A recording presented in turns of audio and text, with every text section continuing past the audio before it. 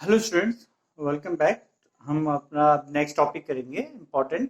जो टॉपिक है आपका heating effect of electric current. मतलब इलेक्ट्रिक करंट जब फ्लो करता है तो हीट जनरेट करता है ना। ये हमने देखा होगा। कुछ भी अप्लायंस आप घर पे देख लीजिए, अगर वो बिजली से चल रहा है तो आफ्टर सम टाइम, है ना, वो आपको थोड़ा सा गर्म महसूस होगा। है ना, कोई चीज ज्यादा गर्म होती है, कोई कम चीज गर्म होती है, लेकिन गर्म सारी चीजें होती है ना। तो वो कैसे होता है और क्यों होता है, ये हम आज इसमें डिस्कस करेंगे और स्टडी अच्छी तरह समझेंगे, है ना।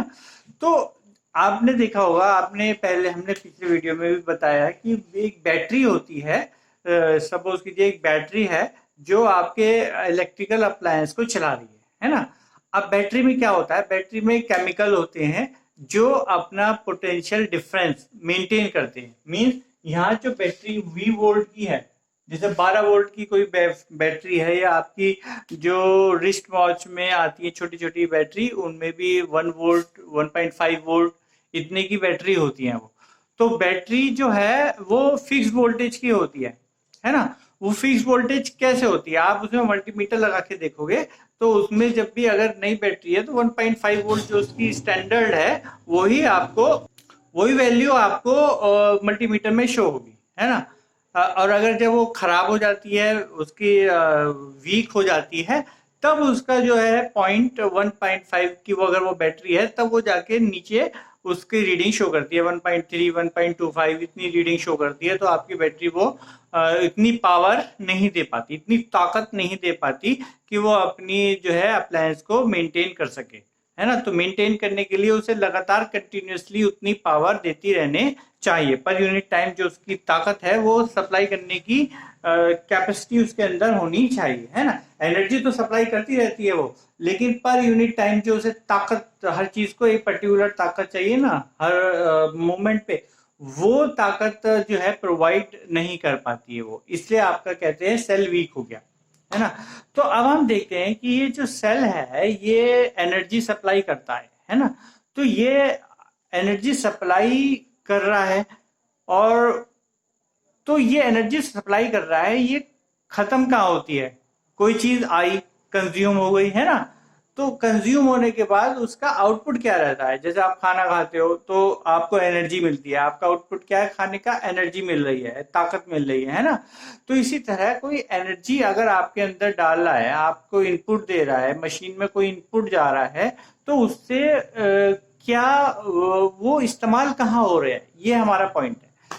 तो हमने देखा कि जैसे अगर बैटरी के पंखे होते हैं तो वो क्या करते हैं, बैटरी में और जैसे आपने ऑन करा तो उसकी जो एनर्जी है, जो ताकत है, वो उसमें फैन को रोटेट करने में काम आ रही है ना। या फिर लाइट है, लाइट में आपका जैसे आप वो बैटरी वाले लाइट, ट्यूबलाइट जलाओ या बल्ब जलाओ, तो उसमें क्या होता है कि वो लाइट में कन्वर्ट होता है, जो इलेक्ट्रिकल एनर्जी है वो लाइट एनर्जी में कन्वर्ट होती है। लेकिन इसमें सब में एग्जाम्पल में देखो आप कि ज्यादातर एग्जाम्पल में जो आप देखोगे, जैसे लाइट हो गया, फैन हो गया, इसमें अगर आपकी जो इनपुट पावर है ना, जो इनपुट दिया जा रहा है, उसका मेजर परसेंटेज जो है इस्तेमाल होता है जो पर्टिकुलर वर्क वो कर रहा है। जैसे रॉड है, रॉड जलने के काम आ रही है, तो ये जो मेन वर्क हुआ, ये उसकी मेजर एनर्जी कंज्यूम करता है ना। सबसे ज्यादा ताकत इस काम में, उसकी प्राइमरी जो काम है उसमें लगती है। लेकिन थोड़ी ताकत उसमें इसको हीट करने में भी कंज्यूम होती ही होती है। हर चीज इलेक्ट्रिकल अप्लायंस में आप देखोगे हीट जरूर होता है। इसका मतलब कुछ पार्ट हीट का, जो एनर्जी आ रही है हमारे पास, उसका कुछ पार्ट आपका हीट करने में अब जरूर वेस्ट हो, इसको वेस्ट कह लो या यूज कह लो, है ना। वेस्ट और यूज का एग्जाम्पल में ये समझ सकते हो आप। वेस्ट अब तब कहेंगे जैसे सप्लाई का है, ये लाइट जलाने का है, बल्ब जलाने का है बिजली से, है ना। तो प्राइमरी काम इसका बिजली का बल्ब जलाना है, लेकिन फिर भी हीटिंग इफेक्ट आ रहा है, तो वो हमारे लिए वेस्टेज है ना। अब अगर हमारा काम ही कोई हीटर है, आप रूम हीटर चला रहे हो या प्रेस जला रहे हो, आयरन जला रहे हो, तो वो हमारा काम ही हीटिंग करना का इस्तेमाल करना, हमारा प्राइमरी काम हीटिंग का है, तो वहाँ उसकी एडवांटेज हो गई, वो है ना, वहाँ उसका यूटिलाइजेशन हो गया। तो इसी तरह से हम जो है देखते हैं कि जो इनपुट पावर है वो एक पर्टिकुलर पर्पस के लिए यूज होती है हमारी। अब हम देखते हैं कि ये पावर, आपने कंसेप्ट समझ लिया कि आपका जो इनपुट पावर आ रही है वो हीटिंग प्रोड्यूस करती है। अब हम देखेंगे कि ये एक, हर चीज साइंस में हर चीज हम कैलकुलेशन में ज्यादा ध्यान देते हैं कि कैलकुलेट फॉर्म में कितनी एनर्जी कितनी कंज्यूम हुई, ये हमें देखना होता है। तो इसके लिए हम अपने कंसेप्ट यूज करते हैं। कंसेप्ट में आप स्टार्टिंग करिए, जैसे ये हमने डायग्राम बनाया, ये रेसिस्टेंस आ रहा है। देखिए, अगर आपका रेसिस्टेंस जो सर्किट में जो आपका अप्लायंस है उसमें सिर्फ रेसिस्टेंस पार्ट है ना, जैसे फैन है, फैन में घुमाने का काम था तो वहां पे एनर्जी वहां पे घुमाने में काम हो रही है मेजर, है ना। लेकिन अगर आपका लाइट का काम है या फिर आपका इलेक्ट्रिक आयरन का काम है, इलेक्ट्रिक आयरन का जैसे काम है, उसमें हीटिंग इफेक्ट चाहिए आपको, तो उसमें आपको जो है सिर्फ रेसिस्टेंस पे शो करोगे, क्योंकि ऐसे जो रेसिस्टेंस वाले होता है उसमें सिर्फ हीटिंग इफेक्ट काम आता है। तो अब आप देखोगे हम उसका ड्राइवेशन करते हैं और देखते हैं कि हम कैसे अपना जो है ये हीटिंग इफेक्ट को क्वांटिफाई करते हैं। क्वांटिफाई मतलब उसको कैसे मेजर कर सकते हैं। तो स्टार्टिंग कहाँ से करते हैं, देखिए पोटेंशियल डिफरेंस आपका भी एक पोटेंशियल वाला, मैं इससे स्टार्टिंग में मैंने बताया था पोटेंशियल एंड पोटेंशियल डिफरेंस वाला वीडियो देखिए, उसमें पोटेंशियल कैसे डिफाइन हुआ था, V is equal to work done per unit charge. तो ये आपका होता है पोटेंशियल, है ना। पोटेंशियल डिफरेंस भी कह सकते हो, पोटेंशियल एट ए पॉइंट भी कह सकते हो। डिफरेंस आपको पोटेंशियल एट ए पॉइंट और पोटेंशियल डिफरेंस का फर्क आपको वीडियो देखने पर पता चलेगा, है ना। तो W क्या होता है, W V इंटू क्यू, है ना। वोल्टेज और चार्ज में को मल्टीप्लाई करेंगे तो वर्क डन आ जाएगा। इसका मतलब अगर आपकी बैटरी लगी हुई है, वोल्टेज और ये चार्ज क्यू दे रही है, क्यू सप्लाई कर रही है इसके थ्रू, तो ये आपका वर्क डन कितना करा, V इंटू क्यू, इस बैटरी ने वर्क किया, है ना। अब ये तो वर्क तो किया, लेकिन इसका वर्क तब तक कहा जाएगा जब तक ये पावर इतनी ताकत दे पाती है, क्योंकि जैसे सेल होता है 1.5 का जब तक है तब तक वो उसके अंदर पावर होती है, ताकत होती है कि वो जो आपका जैसे ये वॉल क्लॉक होती है ये चलाते रहती है ना। जब इसकी पावर कम हो जाती है तो ये फिर उसको मूव करने लायक नहीं रह पाती, तो इसकी पावर कम हो गई। तो हमें जब तक वो पावर सप्लाई कर रही है तब तक हमें उसकी वैल्यू, हमारे पास उसकी वैल्यू है। तो पावर देखते हैं, पावर कितना होता है, पावर हमें पता है वर्क डन अपॉन टाइम, है ना। वर्क डन कितना करा इसने, वी क्यू, टी टाइम में करा, है ना। और क्यू अपॉन टी कितना होता है, आई होता है ना। तो पावर कितनी हुई, वी आई पावर हुई, मतलब पर यूनिट टाइम जो ये एनर्जी सप्लाई कर रहा है, एक सेकंड में जो एनर्जी सप्लाई कर रहा है ये बैटरी, वो कितना कर रही है, वी आई जो है एनर्जी सप्लाई कर रही है एक सेकंड में। ये बात समझ आई, जब तक ये एक सेकंड में इतनी एनर्जी सप्लाई पंप करती रहेगी अपने सर्किट में, तब तक ये इसके कहते हैं इसके अंदर जान है, अभी बैटरी का भी जानदार है ना। अदरवाइज बैटरी कहते हैं कि खराब हो गई, वीक हो गई। अब देखते हैं तो ये जान कब तक दे सकती है, सपोज कीजिए वो आपने अप्लायंस जो है अपना टी टाइम तक ऑपरेट कराया, है ना, टी टाइम तक ऑपरेट कराया, तो एनर्जी सप्लाई कितनी हुई, power into time. Power into time होता है क्योंकि आपने पता है पावर वर्क अपॉन टाइम होता है, और ये वर्क एनर्जी के बराबर होता है। एनर्जी कितनी हो गई, पावर इनटू टाइम, है ना। तो पावर इनटू टाइम एनर्जी हो गई, वी आई टी हो गई। इसका मतलब टी टाइम तक अगर आपका अप्लायंस चलेगा और वो सीधा सीधा रेसिस्टेंस है, ओनली रेसिस्टेंस है, तो फिर सारी एनर्जी किस में खर्च होगी, उसको हीट करने में खर्च होगी, क्योंकि रेसिस्टेंस खाली रेसिस्टेंस है तो आपका सिर्फ और सिर्फ हीटिंग इफेक्ट होगा। तो इसके एनर्जी सप्लाई, जितनी भी एनर्जी सप्लाई करी वो कहाँ खर्च हुई, वो आपकी हीटिंग इफेक्ट में खर्च हुई। तो इसका मतलब वी आई टी आपका जो है ये एनर्जी सप्लाई हुई, यही हीटिंग इफेक्ट है, मतलब हीट इतना ही होगी आपकी। तो इससे हमें पता चल गया कि इतनी एनर्जी इतने टाइम में इतनी एनर्जी आपकी कंज्यूम हो गई, और वही एनर्जी आपकी हीट में कन्वर्ट हुई होगी। तो इसलिए मतलब ये वाला हमारा VIT वाला एक्सप्रेशन ये हमें बताता है amount of heat generated, amount of heat generated,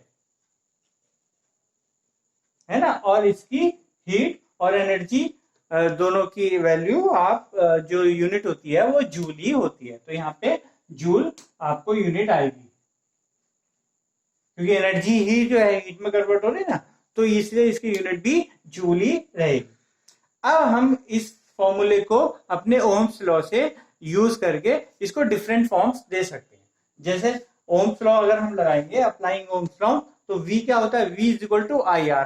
V की जगह IR रख दोगे तो आपके पास नया एक्सप्रेशन आएगा I स्क्वायर RT। जैसे VIT था, है ना, तो V की जगह आपने क्या रख दिया, IR, तो IR into I into T, तो I और I मल्टीप्लाई करके हो गए I स्क्वायर RT, है ना बेटा। तो I मल्टीप्लाई होके I स्क्वायर R और T ये बच गया आपका। तो इस तरह से आप देख सकते हो कि अपना ये फॉर्मूला आप इस तरह से याद कर सकते हो। और I is equal to V upon R भी होता है, तो I की जगह V अपॉन R रख दोगे तो क्या बनेगा, V इंटू I की जगह V upon R into T, तो ये V square T upon R बन जाएगा फॉर्मूला। ये भी आपको ध्यान रखना है, ठीक है। तो ये तीन फॉर्मूले आपके हीटिंग इफेक्ट के कुछ भी तीनों यूज करने हैं, है ना। अब आपका पॉइंट आता है कि कब हम कौन सा फॉर्मूला यूज करेंगे, है ना। बच्चे इसमें कंफ्यूज हो जाते हैं और यही गलती करते हैं, जहां क्वेश्चन न्यूमेरिकल आता है वो गलती इसी पॉइंट पे करते हैं कि कौन सा फॉर्मूला कब यूज करना है, वो हम आज आपको इस अब बताएंगे, ठीक है बेटा। हाँ, तो बेटा हम देखेंगे कि आपको जब भी कोई सर्किट दिया हुआ होगा उसका आपको क्या पता होगा, वोल्टेज पता होगी, है ना। और कोई अप्लायंस दिया हुआ है उसका रेजिस्टेंस पता होगा, और उससे हम अपनी करंट निकाल लेंगे, है ना। तो जो हम न्यूमेरिकल में ये देखते हैं कि जो चीज हमारी कांस्टेंट होती है ना, उसकी टर्म्स में जो हमारा वेरिएबल चीज है वो हम निकालते हैं और फिर उसके करस्पॉन्डिंग हम फॉर्मूला यूज करते हैं, है ना। ये ध्यान रखना। तो इसमें जब मैं न्यूमेरिकल कराऊंगा उसमें भी ये चीज दोबारा बताऊंगा, लेकिन आपको ये चीज ध्यान रखनी है कि जो मैं आज बता रहा हूँ वही मैं तब अप्लाई करूंगा, है ना। तो इसमें देखोगे आपने अगर बैटरी सोर्स कांस्टेंट है तो V हमारा नोन हो गया, V नोन हो गया हमारा। अब V नोन होने के बाद अगर अप्लायंस आपका दिया हुआ है तो अप्लायंस का क्या होता है, रेसिस्टेंस फिक्स होता है, रेसिस्टेंस बदल नहीं सकता, है ना। तो क्योंकि एक अप्लायंस है वो उसका रेसिस्टेंस फिक्स ही रहेगा, जब तक आप उसका एलिमेंट नहीं बदलोगे, एलिमेंट जिस रेसिस्टेंस का है वही रेसिस्टेंस रहता है। तो आर भी आपका कांस्टेंट हो गया और वी भी आपका कांस्टेंट हो जाता है ना। तो वी और आर आपको पता है, उसके बाद आप क्या निकालोगे, आई, क्योंकि आपका वी और जो भी इंस्ट्रूमेंट दिया हुआ होता है वी दिया हुआ होता है, उसमें वोल्टेज कितनी वोल्टेज पे काम करेगा, तो इतनी वोल्टेज आपको पता है, इनपुट वोल्टेज पता चल गई, उसका रेजिस्टेंस पता चल गया, उससे आप आई निकालोगे, तब आप आई स्क्वायर आर टी वाला फॉर्मूला इस्तेमाल करोगे, ठीक है। बात समझ में आ गई।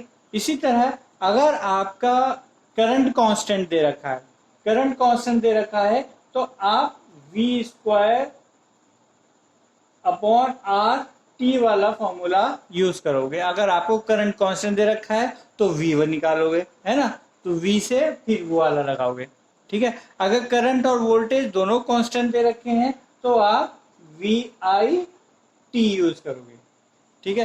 तो जो कांस्टेंट दे रखा होता है उससे अपोजिट वाला हमें फॉर्मूला यूज करना होता है, तब आपका कोई भी क्वेश्चन गलत नहीं होगा, ठीक है बेटा। तो जब हम न्यूमेरिकल करेंगे एक दो वीडियो के बाद, तब नेक्स्ट वीडियो जो आएगा आपका उसमें हम देखेंगे कि न्यूमेरिकल में हम ये कंसेप्ट इस्तेमाल करेंगे, ठीक है बेटा। Okay, I hope you understand. Thank you and have a nice day. Students, ये जो फॉर्मूला है आपका H is equal to I square R T, इसको जूल्स लॉ ऑफ हीटिंग भी कहते हैं, है ना।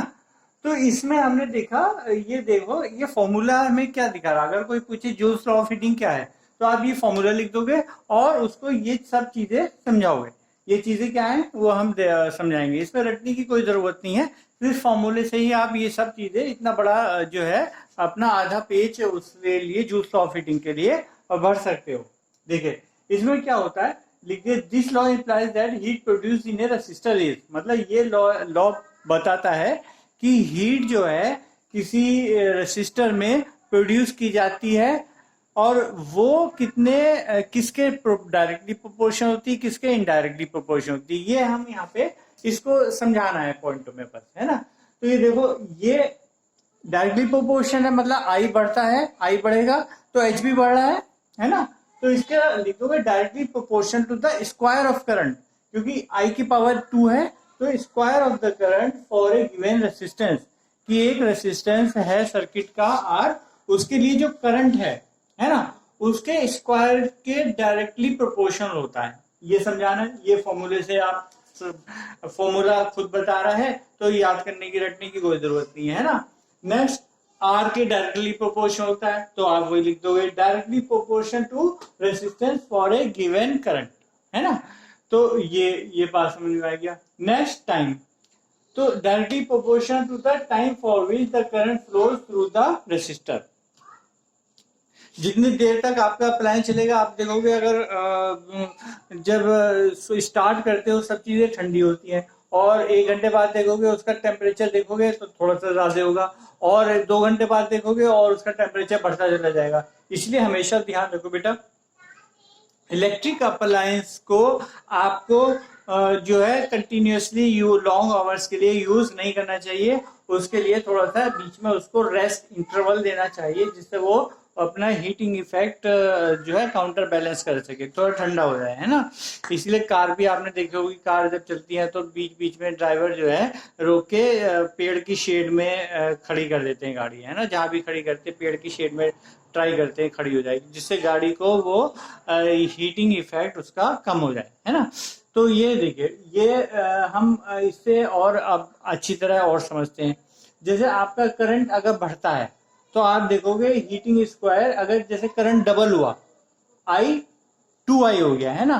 अब ये तो एच डैश कितना होगा, आई का 2i हो गया तो 2i का स्क्वायर आर टी, तो ये ओरिजिनल वाले का कितना हुआ 4i स्क्वायर आर टी, और जो शुरुआत वाला था इंटू 4h, तो एच डैश नया हीटिंग इफेक्ट कितना आया 4 टाइम्स आया।